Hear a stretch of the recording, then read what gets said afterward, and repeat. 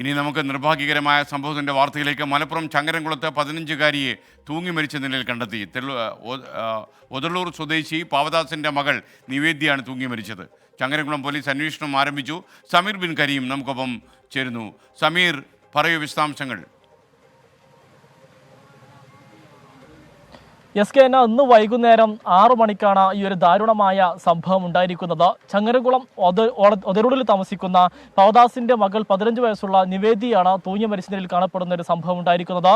ഈ വീടിനോട് ചേർന്നുള്ള ഈ ശുചിമുറിയിലാണ് കുട്ടിയെ തൂങ്ങി മരിച്ച നിലയിൽ കാണപ്പെടുന്നത്. ഉടൻ തന്നെ വീട്ടുകാരും നാട്ടുകാരും ചേർന്ന് ചങ്ങരംകുളത്തെ സ്വകാര്യ ആശുപത്രിയിൽ എത്തിച്ചെങ്കിലും മരിച്ചിരുന്നു എന്നുള്ളതാണ് നാട്ടുകാരും പോലീസും തന്നെ വ്യക്തമാക്കുന്നത്.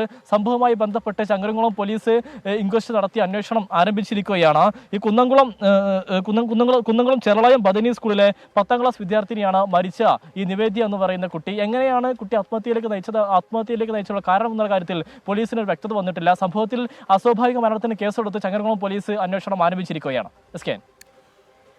Okay, thank you. വല്ലാത്ത അപകട തീരുമാനമായി പോയി സമീർ ബിൻ കരീം. നമ്മൾ എന്താ പറയുക,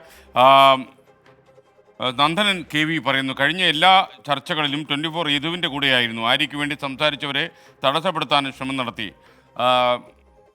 നന്ദനൻ KV ആണ് ഈ കാര്യം പറഞ്ഞിരിക്കുന്നത്. യദുവിൻ്റെ കാര്യത്തിൽ ചില അന്വേഷണങ്ങൾ നടക്കുന്നുണ്ട്. അന്വേഷണത്തിൽ ചില യാഥാർത്ഥ്യങ്ങൾ പുറത്തു വരുമെന്ന് തന്നെയാണ് വിശ്വസിക്കുന്നത്. എന്തായാലും ഞാൻ ഈ കാര്യത്തിൽ നിലപാടെടുക്കുന്നില്ല. ആരുടെ ഭാഗത്താണ് തെറ്റ് എന്ന് പോലീസ് അന്വേഷിച്ച് കണ്ടുപിടിക്കട്ടെ. ലോകത്തെവിടെയായാലും ഏത് സമയത്തും 24 വാർത്തകളും ഓഗ്മെന്റഡ് റിയാലിറ്റി പാക്കേജുകളും എക്സ്പ്ലെയിനറുകളും വിശദമായി കാണാൻ ഞങ്ങളുടെ യൂട്യൂബ് ചാനൽ നിങ്ങൾക്ക് സബ്സ്ക്രൈബ് ചെയ്യാം.